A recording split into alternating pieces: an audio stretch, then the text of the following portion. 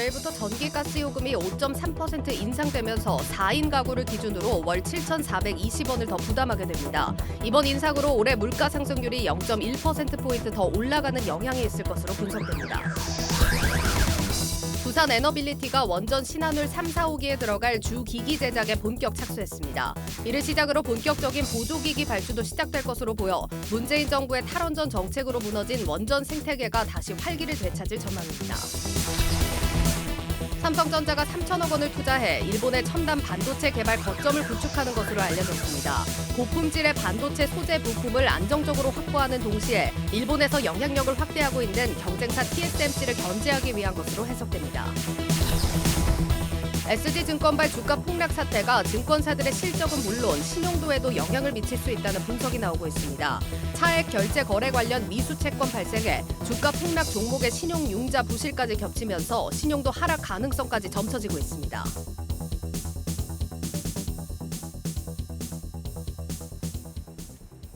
뉴스플러스 시작합니다.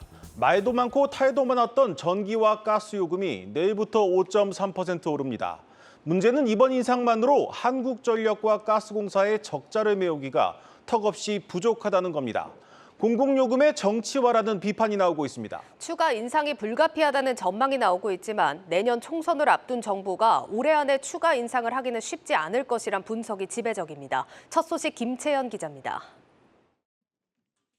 정부는 전기요금을 킬로와트 시당 8원 인상하는 방안을 발표했습니다. 4인 가구 한 달 전력 사용량을 332킬로와트시로 가정하면 월 평균 3,020원 오를 것으로 예상됩니다. 올 1분기 킬로와트 시당 11.4원의 요금을 올린 바 있어 올해 인상폭만 킬로와트 시당 19.4원에 달합니다. 가스요금은 메가줄당 1.04원 인상됩니다.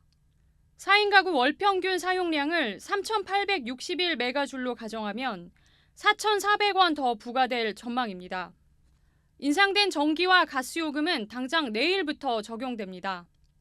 이창양 산업통상자원부 장관은 인상 배경에 대해 한전과 가스공사가 핵심 자산 매각 등 고강도 자구 계획안을 마련했지만 이것만으로는 위기를 타개하기 어렵다고 설명했습니다. 그러나 냉방 수요가 최대치로 늘어나는 여름철을 앞두고 전기요금이 오르면서 가계 경제의 체감 부담은 훨씬 더 커질 것으로 예상됩니다. 정부는 이 같은 부담을 고려해 에너지 취약계층 등에 대한 지원 대책도 함께 발표했습니다. 기초생활수급자와 차상위 계층 가구에 대해 요금 인상 적용분을 평균 사용량까지는 1년간 유예키로 했습니다. 취약계층의 평균 전력 사용량 313킬로와트시까지는 요금 인상 전 단가를 적용하고 이를 초과하는 사용량에만 요금 인상 단가를 적용하겠다는 겁니다. 이번 요금 인상분으론 한전과 가스공사의 경영 정상화는 어렵습니다. 한전은 올 1분기까지 누적 적자 45조 원을 기록했습니다. 요금 인상으로 줄일 수 있는 손실폭은 최대 3조 원으로 추산되는데 수십조 원에 이르는 적자를 해소하기에는 턱없이 부족한 수준입니다. 한전은 앞서 누적 적자를 해소하려면 올 한해 킬로와트 시당 51.3원을 올려야 할 것으로 추산했습니다. 가스공사도 도시가스 공급사로부터 받지 못한 미수금이 올 3월 말 기준 11조 6천억 원까지 불어난 상황입니다. 정부는 앞으로 유가와 물가 상승 추이를 지켜보면서 추가 인상도 검토하겠다는 입장이지만 내년 총선 등을 감안하면 어려울 것이라는 게 업계의 관측입니다. 한국경제TV 김채연입니다.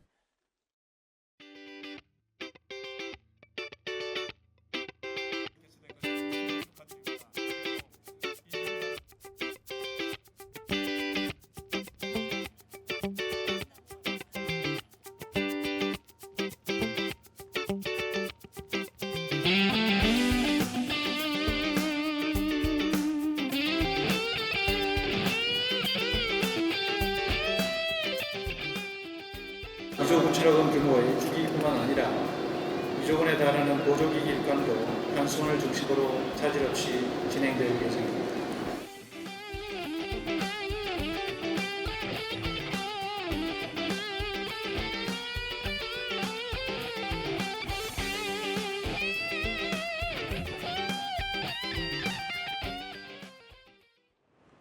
문재인 정부의 탈원전 정책으로 공사가 중단됐던 신한울 원전 3, 4호기의 핵심 설비 제작이 본격적으로 시작됐습니다.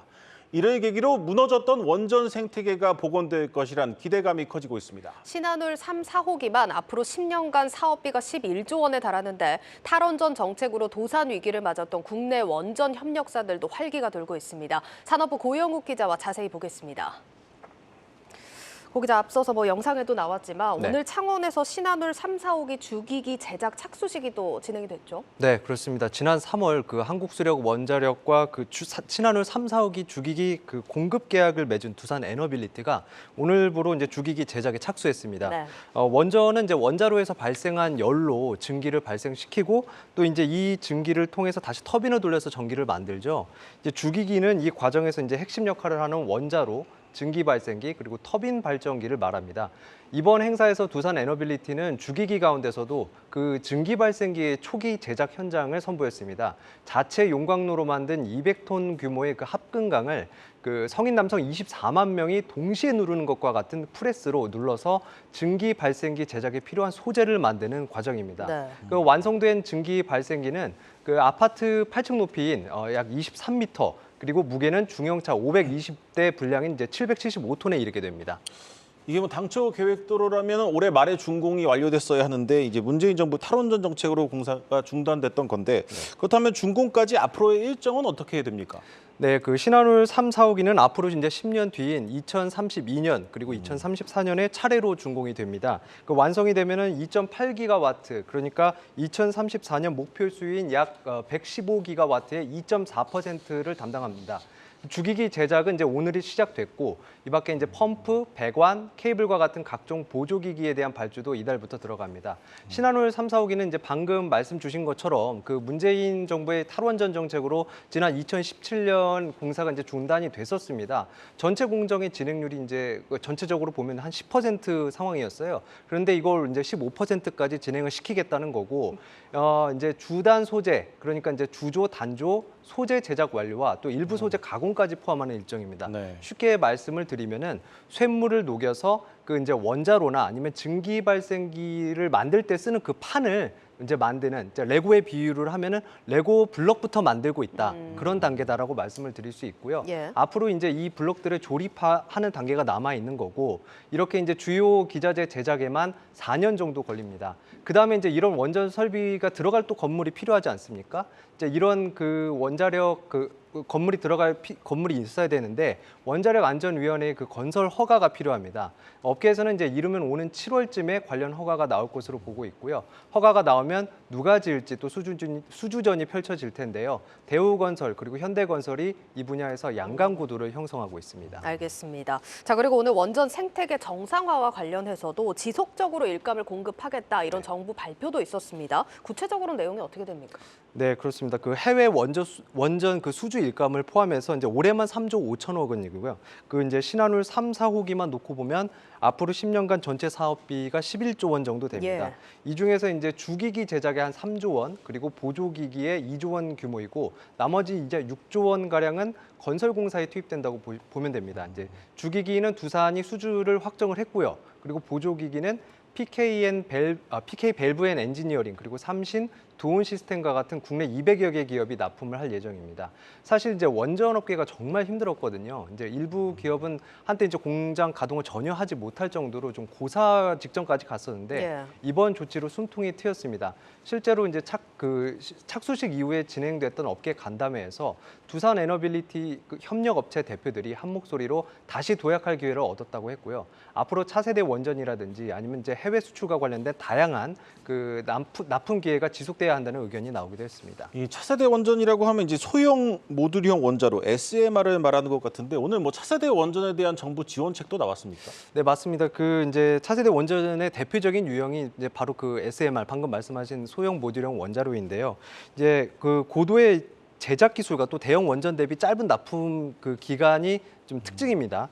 정부는 이제 민간 부분하고 합쳐서 향후 앞으로 이제 5년간 2조 원을 이런 차세대 원전 R&D에 투자를 하기로 했습니다. 또 글로벌 원전 시장을 선도하는 그 초격차 기술을 확보한다는 목표고요. 가능성은 충분합니다. 전 세계적으로 이제 개발되는 SMR 원자로 형태만 80여 가지 이를 정도로 이제 표준화된 기술이 없는 상황이거든요. 결국 이제 누가 선점하느냐의 싸움인데 한국에서는 이른바 SMR 파운드리 입지를 노리고 있는 두산 에너빌리티가 이 분야에서 가장 앞선다는 평가를 받습니다. 두산 에너빌리티는 지난해 그 세계 1위 SMR 기업 미국 뉴스케이 파워와 소재 제작 계약을 맺은 데 이어서 올해 말 이 회사의 그 SMR 원자로 제작에 착수할 예정입니다. 네, 잘 들었습니다. 산업부 고영욱 기자였습니다.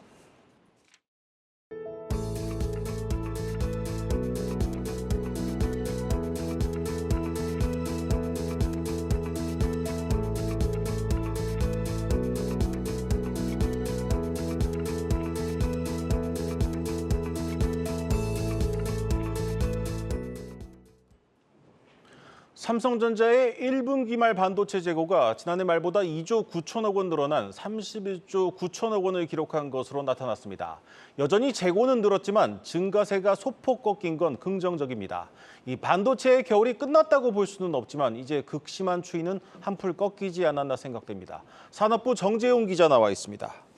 정 기자, 이 삼성전자의 반도체 재고 도대체 언제 줄어드는 건지 모르겠습니다. 일단 먼저 오늘 1분기 보고서 내용부터 좀 살펴보죠. 그렇습니다. 이제 방금 전 한 오후 5시 경에 삼성전자에서 이제 1분기 분기 보고서를 이제 공시를 했습니다. 여기에는 뭐 여러 가지 사항들이 나타나는데 특히 재고 자산이 좀 어떻게 나타날지가 좀 관심 포인트였습니다. 그러니까 보고서에 따르면 이제 삼성전자의 이제 반도체 부분, 그러니까 DS 부문의 재고 자산이 1분기 말에 이제 31조 9천억 원을 기록하면서 지난해 말에 쌓인 게 29조 원 정도였거든요. 여기서 한 2조 9천억 원 정도 늘었다고 보면 됩니다. 네. 재고 자산이 여전히 줄어들지 않은 건 좀 아쉽지만 지난해 어떤 3분기에서 4분기로 넘어갈 때, 그 2분기, 3분기로 넘어갈 때는 한 5조 원 정도 늘어났던 그 적도 있었거든요. 그러니까 이제 좀 증가세가 좀 꺾였다 이렇게 볼 수도 있긴 한데 여전히 한 3분기, 4분기 넘어갈 때는 한 좀 더 3조 원 가까이 늘어나면서 아직까지는 좀 더 시기상조, 그러니까 반도체 바닥론이라고 할 수 있을지는 좀 더 지켜봐야 하는 그런 포인트들이 있습니다.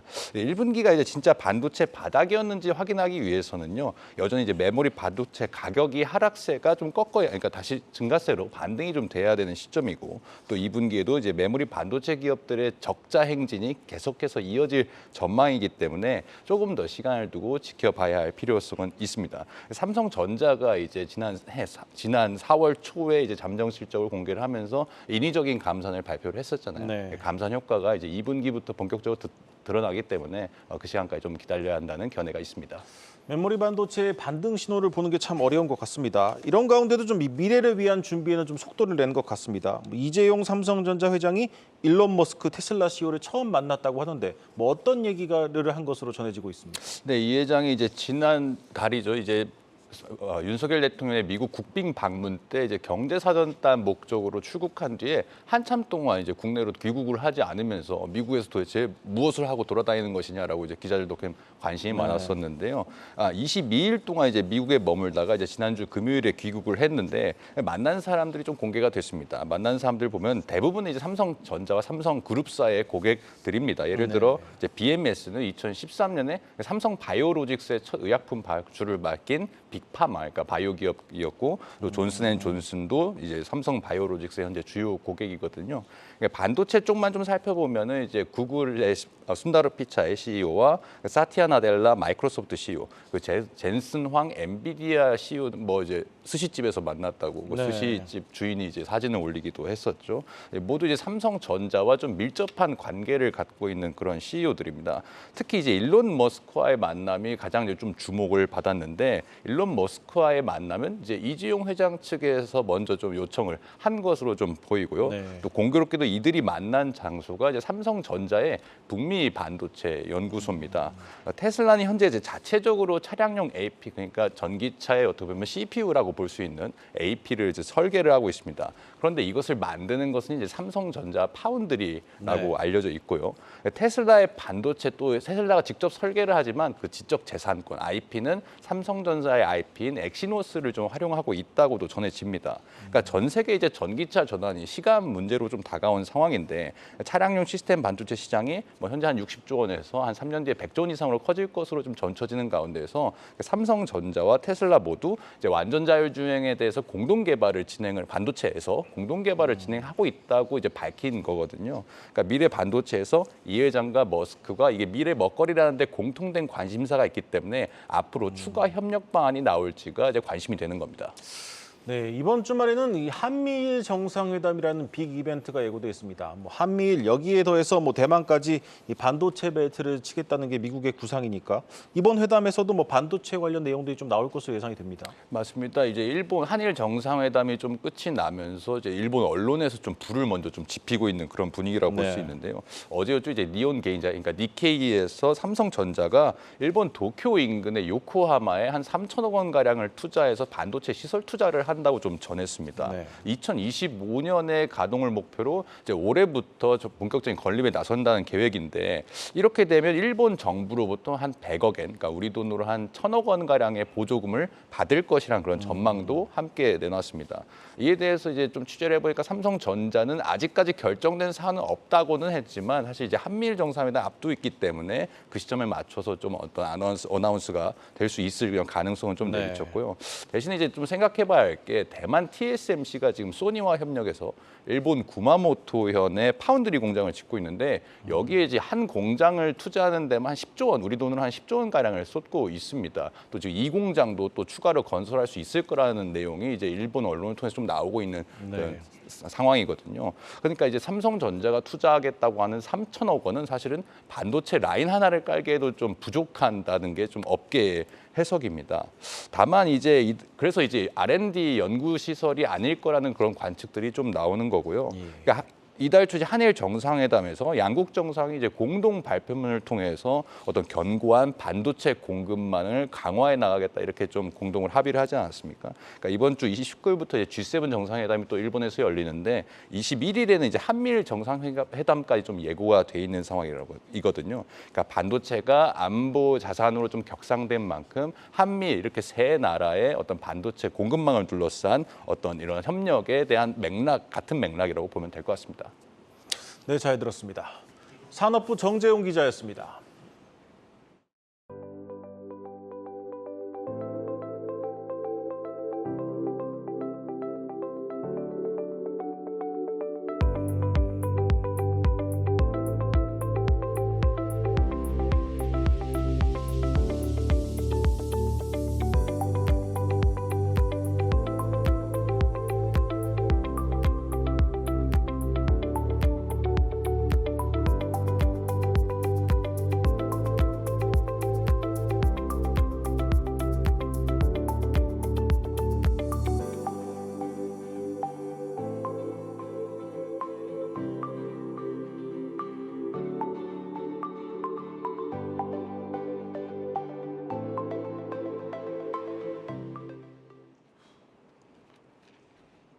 오늘 주식시장 상황 점검해 보겠습니다. 증시 프리즘 박승환 기자와 함께합니다.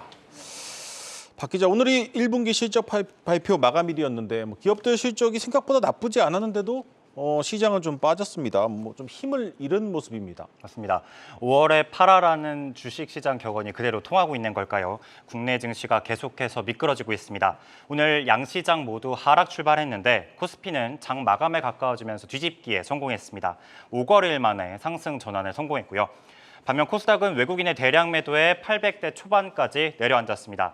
지난주 월요일로 넓혀보면 두 시장 모두 전반적인 하락세에 있습니다. 다만 보시는 것처럼 코스닥의 낙폭이 두드러지죠. 원인은 결국 숫자라는 지적이 나옵니다. 코스피의 경우 영업이익 기준으로 컨센서스 대비 상회한 실적을 발표했는데요. 반면 코스닥 기업들은 열의 6골로 예상치를 밑도는 실적을 내놓고 있죠. 가뜩이나 투자 심리가 쪼그라든 데 더해 CFD 사태나 에코프로 등 개별 기업 악재까지 더해지면서 발목이 잡힌 모습입니다. 또 에코프로가 등장을 했습니다. 사실 지난달부터 주가가 과열됐다는 논란은 끊이지 않았는데 결국 좀 주가로 보면 좀 무너지는 모습이 나타났습니다. 맞습니다. 시종 상위 종목이 오를 때는 혼자 오르더라도 내릴 때는 그렇지 않은 경우가 대부분이죠. 대형주들이 빠지면 전체 시장 심리가 흔들리기 쉽기 때문입니다.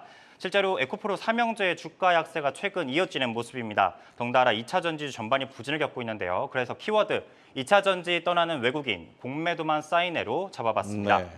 최근 한 달 에코프로와 에코프로 BM의 주가 하락률을 살펴보면 각각 15%, 20% 수준입니다. LNF 역시 20%가 넘게 빠졌고요.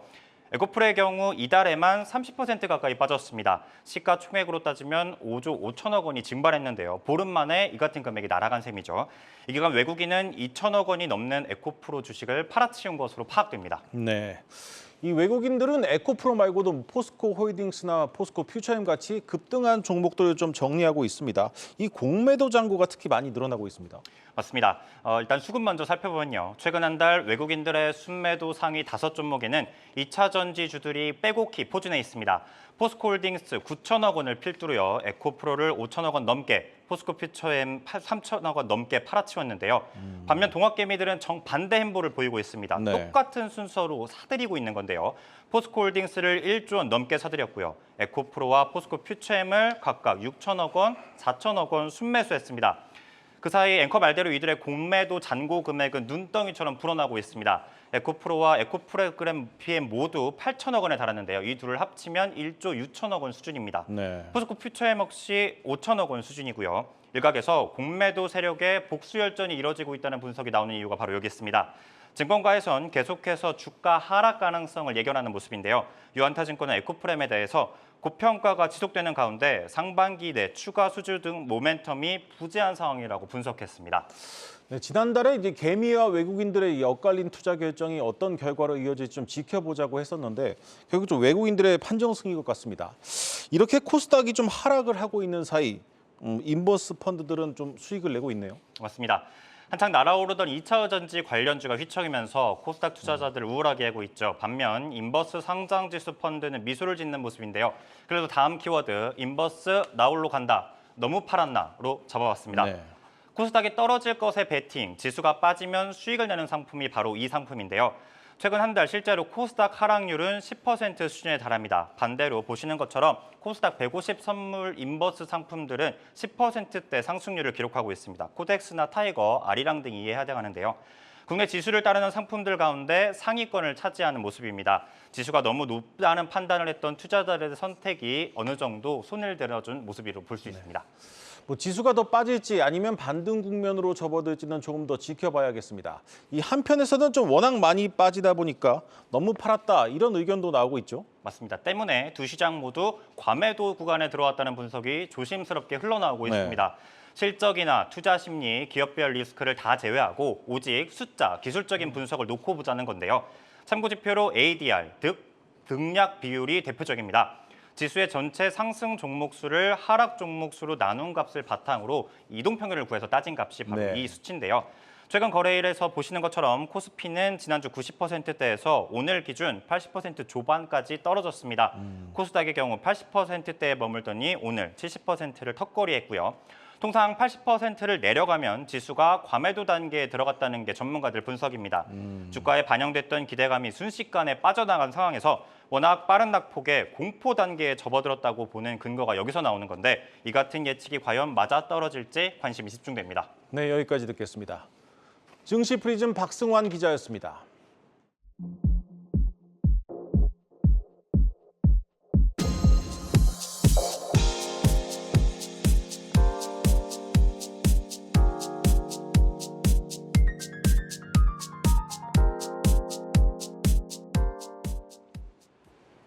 새로운 사업의 중요성이 커지면서 최근 들어 아예 간판을 바꿔다는 건설사들이 늘고 있습니다. 회사 이름에서 건설이나 엔지니어링 같은 단어까지 빼면서 새로운 성장 동력을 통해 탈바꿈하겠다는 의지를 보여주고 있습니다. 방서후 기자입니다. 삼성 엔지니어링이 32년 만에 사명 변경을 검토 중입니다.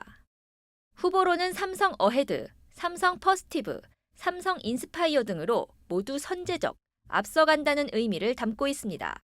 주력 사업인 플랜트 외에도 친환경 분야로 영역을 확대하는 성장 비전을 담기 위한 조치로 풀이됩니다. 포스코 건설도 지난 3월 건설을 떼고 에코 앤 챌린지의 약자를 붙인 포스코 ENC로 간판을 바꿔 달았습니다.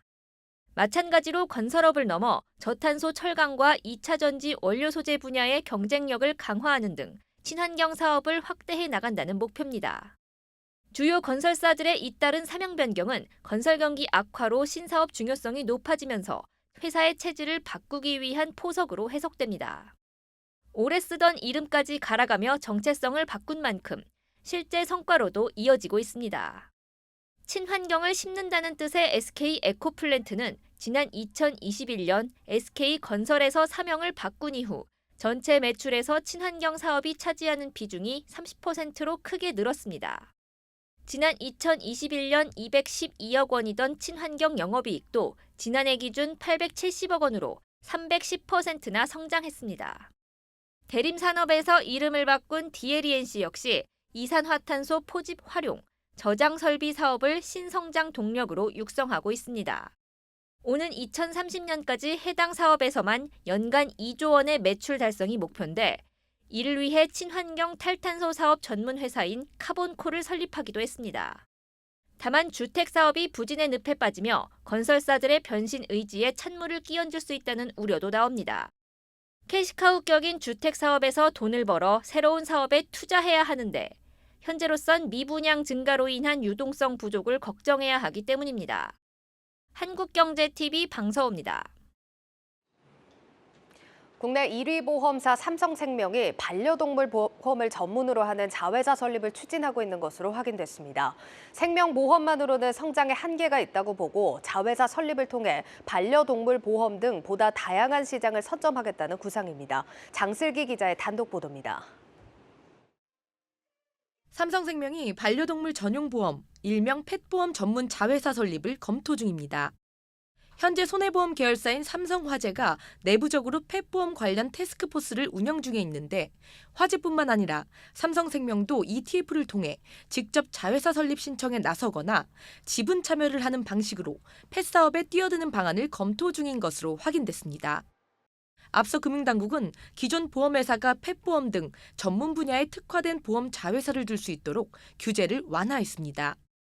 반려동물은 현행법상 물건으로 분류돼 손해보험사만 펫보험을 판매할 수 있는데 생명보험사도 별도 자회사를 세워 관련 보험을 취급할 수 있게 한 겁니다. 특히 삼성생명은 과거부터 생명보험만으로는 성장에 한계가 있다는 데 공감하고 미래 신성장 동력 확보를 위한 시장 확대 방안 논의를 적극 이어왔습니다. 다만 아직까지 국내에선 펫보험 가입률이 저조한 만큼 삼성생명은 화재와의 콜라보를 통해 반려견과 견주가 함께 가입할 수 있는 복합 보험 상품 개발 등을 검토하고 있는 것으로 전해집니다. 이를 시작으로 플랫폼 서비스의 금융상품을 함께 탑재하는 임베디드 보험까지 확대해 사실상 생손보가 융합된 시장에 본격 신호탄을 쏘아 올릴 것으로 전망됩니다. 또 다른 대형 생보사인 교보생명도 현재 손해보험사 인수를 통해 영토 확장을 꾀하고 있습니다. 생명보험은 이제 손해보험회사와 비교해서 큰 이제 그 차별점이라고 한다면 종신보험을 팔 수 있다든지 전액보험을 팔 수 있다든지 하는 것들인데 15년 전에는 그게 굉장히 좀 큰 메리트였지만 지금은 그다지 그게 소비자 어떤 수요 면에서 봤을 때 그렇게 큰 장점은 아니거든요. 굉장히 어려움을 겪고 있는 거고. 저출산과 고령화 역시 심각 단계로 접어들면서 생명보험 산업 성장의 한계도 가시화되고 있는 만큼 손해보험 업권과의 경계를 허무는 보험업계 지각 변동이 본격화될 전망입니다. 한국경제TV 장슬기입니다. 14년째 표류하던 실손보험 청구 간소화 법안의 국회 통과 가능성이 점쳐지고 있습니다. 병원에서 진료를 받고 나서 보험금 청구에 필요한 서류를 받아 보험사에 제출할 필요가 없어지는 건데 하지만 이해관계에 따라 여전히 의견은 엇갈리고 있습니다. 이민재 기자의 보도입니다. 지난달 국회 정무위 법안 소위에서 1년 반여 만에 상정돼 한 차례 논의를 끝낸 실손 청구 간소화. 이때 주요 내용에 대해 상당 부분 합의를 한 것으로 알려지면서 오는 16일 열리는 소위에서 통과 가능성에 무게가 실립니다. 현재는 보험 가입자가 서류를 의료기관에 발급받아 보험사에 전달하는 구조인데 이런 번거로움으로 보험사에 청구하지 않은 보험금이 연간 3천억 원에 달한다는 분석이 나오면서 개선 필요성이 계속해서 제기됐습니다. 거의 4천만 명 정도 실손보험자가 가입되어 있는데 그럼에도 불구하고 지금 실손 청구를 하기 위해서는 뭐 문서와 서류라든지 아니면 방문이라든지 여러 가지 불편한 상황 때문에 지난 2009년 권익위도 이 부분에 공감해 보완을 권고했으나 잦은 이견으로 진전은 없었습니다. 최근에는 전산중개를 맡을 기관을 두고 의견이 엇갈렸습니다. 여야가 보험개발원을 중개기관으로 하는 방향으로 가닥을 잡았으나 의료계는 정보 유출 가능성 등을 이유로 거부하고 있습니다.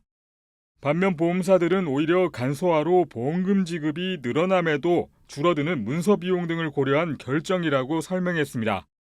또 최근 네카토 등 빅테크 기업이 청구 간소화 서비스에 앞장서고 있어 보험사들이 경쟁에서 뒤처질 수 있다는 우려도 내놨습니다. 청구하게 되면은 실질적으로 소비자 혜택이 크게 증대될 수 있기 때문에 반드시 실손보험 청구 자동화는 돼야 된다고 생각하고 있습니다. 하반기부터 국회가 내년 4월 총선거 준비를 시작한다는 점에서 이번에 법안이 통과되지 않는다면 당분간 논의 기회가 없을 것이라는 전망이 나오는 가운데 실손 청구 간소화가 14년 만에 공회전을 멈출지 관심이 쏠립니다. 한국경제TV 이민재입니다.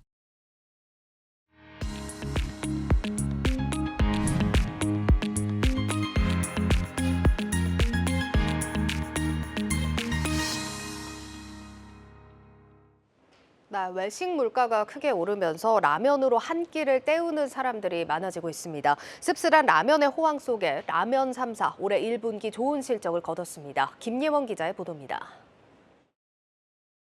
대학가의 한 편의점. 대학생 김진원 씨는 점심시간만 되면 편의점을 찾습니다. 학교 주변 식당도 자주 먹던 학식도 값이 너무 올라 라면으로 식사를 대신하는 겁니다. 제가 자취를 하다 보니까 음식을 밖에서 사 먹는 경우가 많은데 물가가 너무 많이 올라서 밥 먹기가 좀 무서운 지경까지 온 것 같습니다. 학식이 원래 4,000원대였는데 최근에 6,000원까지 올라서 지난해 라면 가격이 평균 10% 넘게 올랐지만 그래도 여전히 저렴한 가격에 자주 찾게 된다고 말합니다. 아무래도 라면이 1,000원대다 보니까 부담이 많이 안 돼서 일주일에 2-3번 정도. 이렇게 라면으로 한 끼를 때우는 사람이 늘면서 올해 1분기 대학가와 직장가 편의점 라면 매출은 각각 57%, 44% 늘었습니다. 런치플레이션이라는 말이 나올 정도로 외식 물가가 껑충 뛰면서 가성비가 높은 라면 소비가 증가하는 겁니다. 덩달아 라면 업체들도 호실적을 내고 있습니다. 업계 1위 농심의 1분기 매출과 영업이익은 각각 17%, 86% 증가했습니다. 지난 2021년 코로나19 여파로 가정 간편식이 유행하며 잠시 주춤했던 라면 시장은 고물가에 힘입어 다시 덩치를 불리고 있습니다. 한국경제TV 김예은입니다. 취재 기자와 더 자세한 얘기 나눠보겠습니다. 산업이부 김예원 기자 나와 있습니다. 김 기자, 라면 3사 같은 경우는 사실상 호실적이 좀 예견이 된 상황이긴 했죠. 네, 맞습니다. 오늘 이제 실적이 나왔는데요. 3사 모두 1분기 매출이 15% 이상 올랐습니다. 농심이 16.9%, 오뚜기가 15.4%, 삼양식품이 21.5%로 가장 많이 올랐고요. 앞서 증권가에서 불황에 이제 라면이 잘 팔린다 이런 보고서를 냈었는데 이제 실제로도 그런 실적으로 나타난 겁니다. 한 편의점의 연도별 라면 매출 신장률 추이를 가져왔는데요. 고물가가 지속됐던 지난해부터 올해 1분기까지 수치가 이전보다 훨씬 더 큰 걸 보실 수 있습니다. 인플레이션과 금리 인상 등으로 가게의 구매력이 축소되면서 소비자들이 제품 가격에 좀 민감해진 거고요. 상대적으로 가격 매력도가 높은 라면 수요가 좀 견조하게 이어지고 있는 겁니다. 이게 사실 불황형 소비가 이어지는 상황도 뭐 한몫하겠지만 사실 지난해 이 업계에서 라면 가격을 좀 크게 올렸던 게 기억이 나거든요. 그 효과도 있었겠네요. 네, 맞습니다. 지난해 원자료값 상승을 이유로 라면 업계가 10% 안팎으로 좀 라면 가격을 올렸었는데요. 올해는 이제 국제밀 선물 가격이 1년 전에 비해 46%나 하락하는 등 소맥 파묘 가격이 좀 안정세에 접어들었습니다. 가격은 올렸는데 이제 원가는 줄고 매출은 늘면서 다른 식품회사에 비해서 라면 3사가 높은 영업이익률을 기록을 했고요. 또 해외에서도 또 K라면이 아주 큰 인기를 끌고 있습니다. 1분기 라면 수출액이 약 2,700억 원으로 전년 동기보다 14% 넘게 넘게 증가했거든요.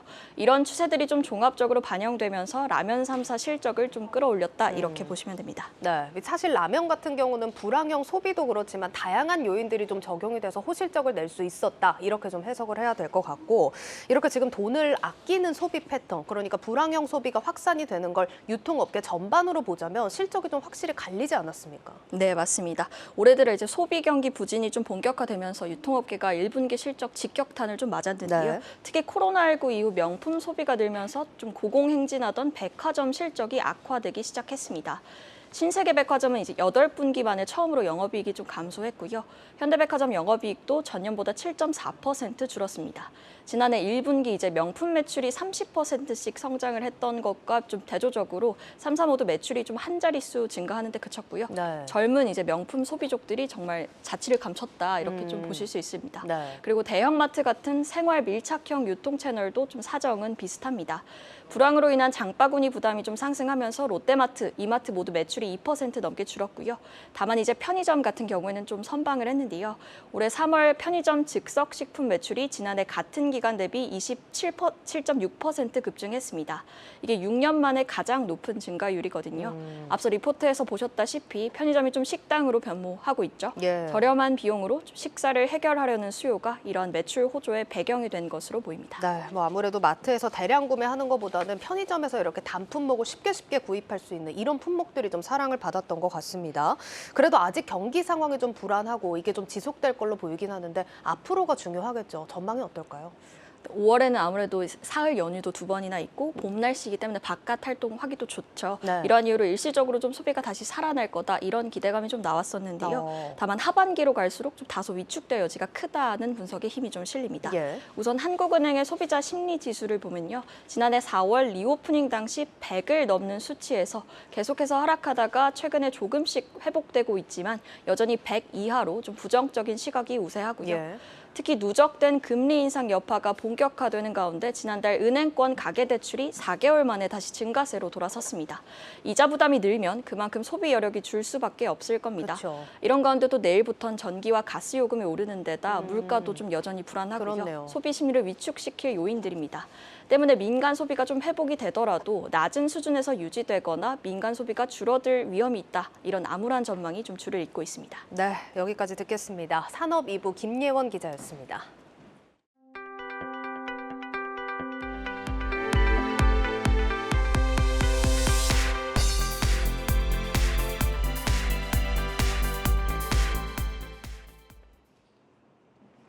금융당국이 3주 만에 시가총액이 13조 원 넘게 사라진 주가 폭락 사태와 관련해 3,400개에 달하는 CFD 계좌 전수조사에 착수했습니다. 주가 조작 사건으로 자본시장에 대한 전반적인 신뢰가 떨어진 가운데 그 중심에 서 있는 증권사들은 불똥이 튀지나 않을까 전전긍긍입니다. 송민아 기자입니다. 수익성을 강화하기 위해 도입했던 CFD가 오히려 증권가의 악재로 변했습니다. SG증권발 폭락 사태의 여진에 CFD 거래 증권사를 포함한 폭락 종목은 불과 3주 만에 사라진 시가총액만 13조 원 규모로 추정됩니다. 금융위원회와 금융감독원은 더 늦기 전에 CFD의 문제점을 철저히 파헤치고 근본적인 개선에 나서겠다는 입장입니다. 전수조사에서 기획 테마 조사를 해서 유사한 패턴의 일단 거래가 또 있을 수가 있기 때문에 그거는 3,400개 모든 CF 계좌에 대해서 전수조사해서 기획 테마 조사하겠다는 거는. 국회도 CFD 불안전 판매 가능성을 언급하며 강도 높은 수수를 예고하고 있습니다. 정치권과 정부가 초강수를 두면서 증권사는 CFD 퇴출을 기정사실로 받아들이고 있습니다. 과거 라임이나 ELW 사태에서도 그랬듯이 사회적으로 물의를 일으킨 상품의 경우 결국 도태되는 수순을 밟았기 때문입니다. 다만 증권업계에선 투자자들이 매도 포지션이 가능한 양방향 매매의 선진형 상품을 마치 제도적으로 문제가 있는 것처럼 몰아가는 것은 지나치다는 반응입니다.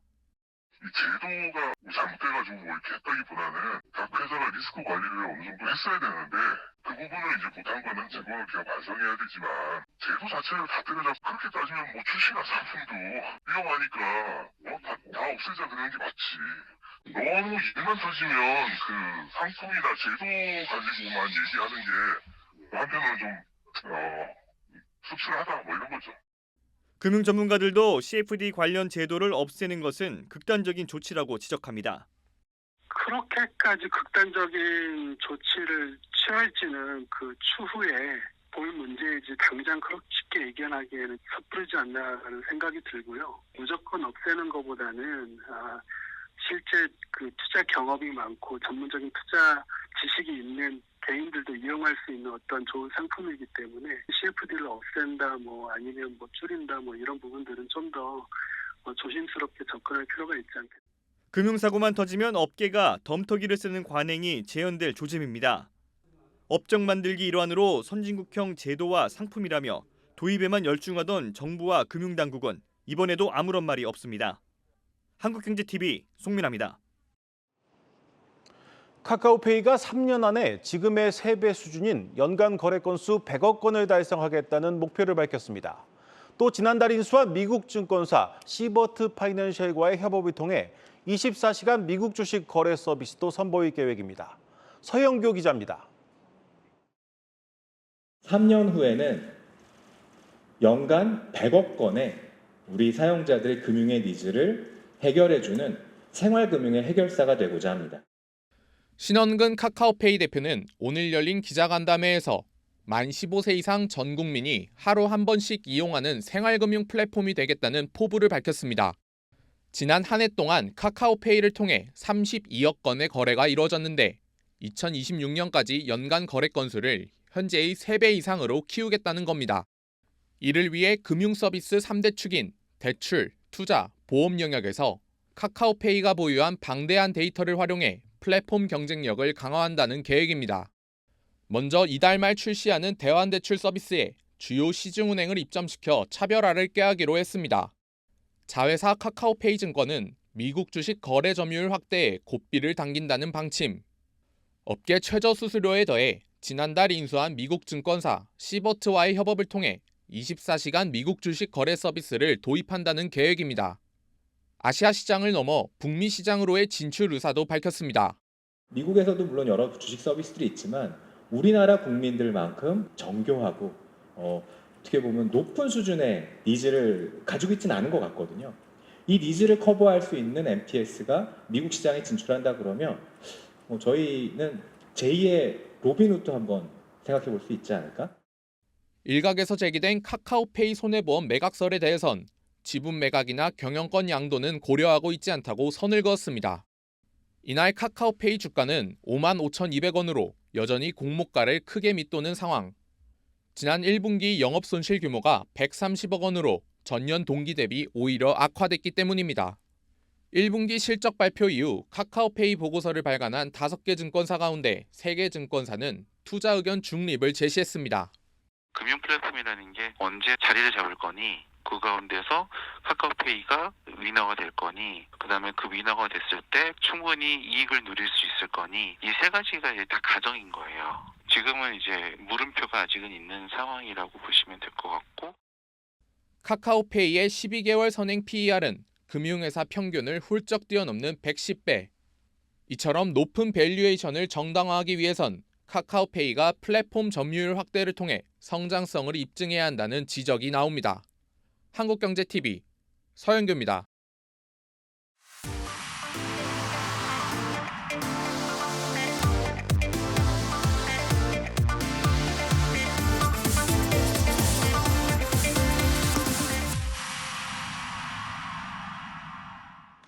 네, 글로벌 경제와 증시, 기업에 대해서 깊이 있게 분석하는 고웨스트 시간입니다. 지난주 금요일 뉴욕 증시 소폭 하락하면서 마무리가 됐는데 요즘 월가에서 경기 전망에 대한 의견들이 다시 좀 엇갈리고 있다고 합니다. 글로벌 콘텐츠부 박찬희 기자와 좀 하나하나 살펴보겠습니다. 박 기자, 사실 완화되는 듯 했었는데 미국 경제 긴축에 대한 우려가 다시 커지고 있어요. 맞습니다. 지난달까지만 해도 괜찮게 나오던 지표가 최근 발표된 경제지표가 다시 기대에 못 미친 것으로 나타났기 때문입니다. 4월 소비자, 생산자 물가지수가 예상치를 하회했지만 감소폭이 크지 않았고 또 뒤이어 발표된 1년 기대 인플레이션도 시장 예상치를 상회한 4.5%를 기록하면서 다시 이 인플레이션 우려를 키웠는데요. 이런 가운데 소비자 심리까지 악화되면서 인플레이션이 물가 상승과 경기 침체가 동시에 발생하는 스태그플레이션 스태그플레이션 상황까지 번질 수 있다라는 주장까지 나온 상황입니다. 네. 네, 5월 미국의 소비자 심리지수가 지난달보다 5.8포인트 하락한 57.7을 기록했고 향후 경기 전망을 보여주는 기대지수는 53.4로 예상치를 크게 밑돌았습니다. 이런 우려 속에 지난주 금요일 미국 증시는 일제히 하락 마감한 바 있습니다. 예, 지금 연준 인사들도 그렇지만 월가 전문가들 사이에서도 이 긴축 종료 시점 관련해서 생각보다 매파적인 의견들이 많이 보이더라고요. 맞습니다. 이 연준 내부에서도 금리 인상이 필요하다라는 목소리가 나오고 있습니다. 미셸 보먼 연준 이사는 물가 압력이 줄지 않고 노동시장이 둔화될 기미를 보이지 않는다면 연준은 물가를 잡기 위해서 기준금리를 더 인상해야 할 것이다라고 밝혔습니다. 그러면서 연준은 한동안 이 제한적으로 정책을 유지할 필요가 있다라면서 6월 FOMC 회의 전에 나오는 데이터들을 경제 지표들을 종합적으로 고려한 뒤에 금리 인상 여부를 결정할 것이다라고 전했습니다. 또 블룸버그의 엘리자 윙어 이코노미스트는 5년 이상 인플레이션이 기대가 지난달 6월 연준의 75bp 금리 인상을 이끌어낸 3.3% 수준에 근접했다면서 6월 FOMC 회의에서 연준이 금리를 인상할 가능성이 높아졌다라고 말했습니다. 장기 인플레이션 기대가 높다는 것은 고물가가 오랜 기간 고착화될 것이라는 우려가 크다는 것을 의미하는데요. 이에 따라 연준의 6월 긴축 종료에도 제동이 걸릴 것이다라는 분석입니다. 이 밖에 한편 조 바이든 대통령이 백악관으로 자리를 옮긴 레이얼 브레이너드 전 부의장을 대신해서 필립 제퍼슨 이사를 새 부의장 자리에 지명한 것도 시장의 불안감을 키우는 모습이었는데요. 제퍼슨 이사는 인플레이션 문제 해결을 위해서 그동안 연준의 고강도 금리 인상을 지지해온 대표 매파 인사이기 때문입니다. 네, 지금 6월 FOMC에서 동결 전망이 아직까지는 우세하긴 한데 그 퍼센테이지가 계속해서 줄고 있습니다. 상황이 반전이 될지 좀 계속해서 지켜볼 필요가 있겠습니다. 자, 이런 가운데 미국 증시 관련해서도 조정론이 좀 하나둘 보이죠. 맞습니다. 웰스파고는 미국 증시가 단기 고점을 기록한 뒤에 하락세를 보이고 있다라고 전망을 했습니다. 웰스파고의 크리스토퍼 하비 분석가는 S&P 500 지수가 4,200포인트에 도달한 뒤 3,700선까지 조정을 받을 것이다라고 전망을 했는데요. 그러면서 S&P 500 지수가 최대 6개월간 3,700선 안팎에서 박스권을 형성할 것이다라고 내다봤습니다. 이는 지난주 금요일 종가 대비 10% 넘게 하락한 수준인데요. 보통 시장에서는 증시가 10% 이상 하락하면 조정 국면에 접어들었다라는 해석을 내놓습니다. 하비 분석가는 이러한 추정의 근거로 투자자들의 관심이 1분기 기업 실적에서 미국 경기 침체로 이동하고 있다는 것을 꼽았습니다. 전문가들도 미국 주요 기업들의 올해 실적이 부진할 것으로 전망하고 있습니다. 미국의 유명한 경제학자인 데이비드 로젠버그는 기업 실적 둔화가 진행되고 있다면서 이에 따라 투자 심리도 위축될 것이다라고 우려했는데요. 미국 개인투자협회에서는 이 향후 6개월 증시 전망에 대한 설문조사를 진행한 결과 하락을 예상한 응답자는 절반에 육박했고 반면 하반기 증시 상승을 점친 투자자는 24%에 그친 바 있습니다. 알겠습니다. 자, 이번 주에 연준 위원들 연설이 또 대거 예정돼 있는 만큼 주의 깊게 보셔야 할 것 같은데 당장 뭐 내일부터 나오네요. 이번 주 주요 일정 전반적으로 체크를 해주시죠. 네, 이번 주에 반드시 체크해야 할 일정은 크게 두 가지가 있습니다. 첫 번째는 지난주 금요일에 연기됐었던 부채한도 협상입니다. 부채한도 상향을 두고 백악관과 의회 지도부 간의 의견차가 좁혀지지 않는 가운데 오는 16일 내일 양측의 협상이 열리는데요. 협상이 불발될 경우 내달 1일 미국 정부가 디폴트에 빠지게 되기 때문에 이 협상 결과에 시장의 이목이 집중되고 있습니다. 미국의 디폴트 기간이 길어질수록 증시를 비롯해서 전 세계 금융시장에 미치는 충격도 커질 수 있습니다. 다음은 오는 19일에 예정된 파월 연준 의장과 벤 버냉키 전 연준 의장의 토론입니다.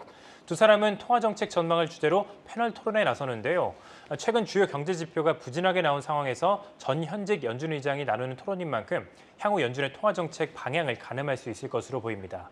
이 밖에 연준 위원들의 이 연설이 줄져 예정돼 있다는 점도 체크해볼 필요가 있습니다.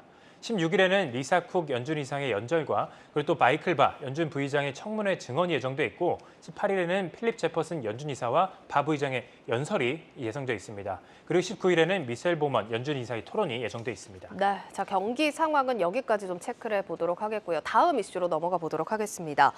조지 소로스 회장이 가지고 있던 테슬라 주식을 대거 팔고 넷플릭스를 담았다고 해요. 맞습니다.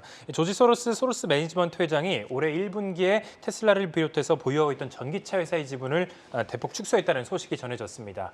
소로스 매니지먼트에 따르면 전기차 외에도 알파벳, 아마존, 디즈니 등도 일부 매도한 것으로 알려졌습니다. 업계에서는 소로스 매니지먼트가 지난해 2분기부터 사들였던 테슬라 주식을 불과 1년도 되지 않아서 처분한 것에 주목을 했는데요. 전문가들은 올해 테슬라가 테슬라가 전기차 가격 책정을 두고 여러 차례 번복하는 모습을 보이면서 신뢰를 잃었다는 점과 향후 실적 둔화가 우려되는 점이 이 소로스 회장의 생각을 바꾼 것이다라고 분석을 했습니다. 앞서 고 웨스트에서도 여러 차례 전해드린 적이 있었는데요. 월가에서는 테슬라가 전기차 가격을 올해 들어서 미국에서만 6차례 내린 것에 대해서 향후 수익성 악화를 우려하고 있습니다. 반면 소로스 회장이 비중을 늘린 종목도 있었습니다. 보유하고 있던 나이키, 우버, 에스티로더의 지분을 확대했고 또 넷플릭스, 월마트, 징둥닷컴 등은 새로 매수를 했는데요. 특히 넷플릭스는 꾸준히 지적받아왔던 무리한 구독자 확대 대신에 올해 비용을 축소할 것이다. 3억 달러 축소한다고 밝힌 것에 대해서 긍정적으로 평가한 것으로 해석하고 있습니다. 네, 뉴욕 증시 이슈 정리해봤습니다. 고베스트 글로벌 콘텐츠부 박찬희 기자였습니다.